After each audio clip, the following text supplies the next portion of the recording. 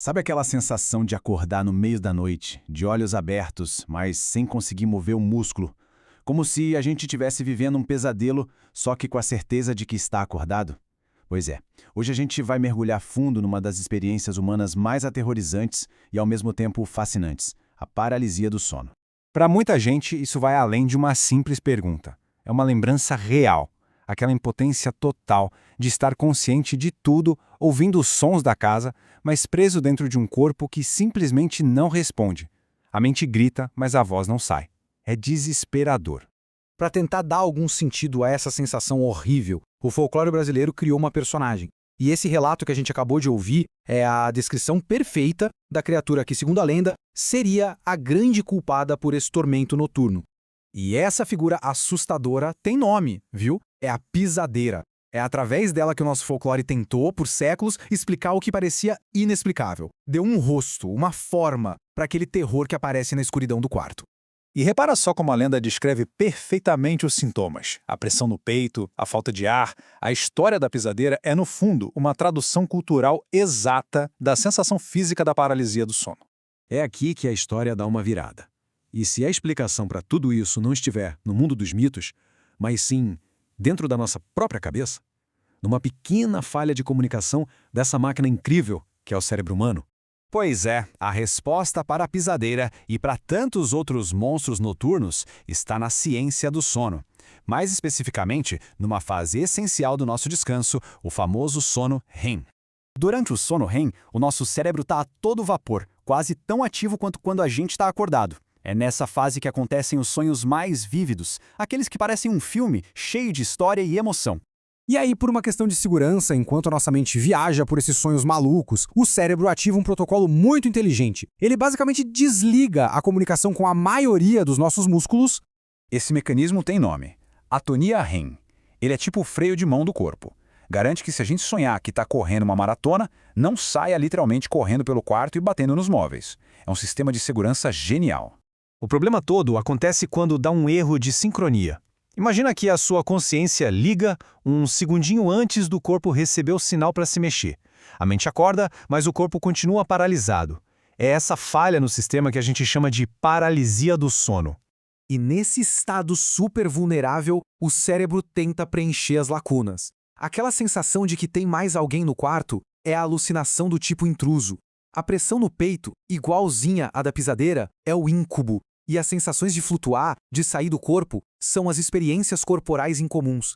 Cada mito tem, na verdade, uma base neurológica. A grande virada de chave aqui é o estado de consciência. Num pesadelo comum, a gente está dormindo e o medo faz parte do sonho. Na paralisia do sono, a mente está desperta. O medo é real e ele está ali, no nosso próprio quarto. E olha, a pisadeira não está sozinha. Essa experiência é tão universal que cada cultura ao redor do mundo criou a sua própria versão da história, sua própria máscara para esse mesmo medo. A variedade é incrível. Enquanto a velha bruxa no Canadá é quase uma prima da nossa pisadeira, a expressão no México é brutalmente direta. Um morto subiu em cima de mim. São nomes e histórias diferentes para explicar exatamente a mesma falha de sincronia no cérebro. E é curioso notar como até as narrativas mais modernas, como as de abdução alienígena, parecem seguir o mesmíssimo roteiro biológico. A pessoa se vê paralisada, sente uma presença estranha no quarto e tem a sensação de que estão fazendo coisas com o corpo dela. O demônio de ontem pode ser o extraterrestre de hoje. Vamos fazer agora uma pequena viagem no tempo para a gente entender como a nossa compreensão desse fenômeno evoluiu. E foi uma mudança radical, saindo do campo da pura superstição e aos pouquinhos entrando no território da medicina. A jornada é longa, viu? Começa lá com os gregos antigos que já descreviam essa sensação. Na Idade Média, a explicação era totalmente sobrenatural, envolvendo demônios. Foi só no século XVII que um médico fez a primeira descrição clínica do caso. E o nome paralisia do sono, que a gente usa hoje, só foi criado oficialmente em 1928. E muito antes da ciência dar o nome oficial, a arte já tinha capturado o sentimento. Olha só essa pintura.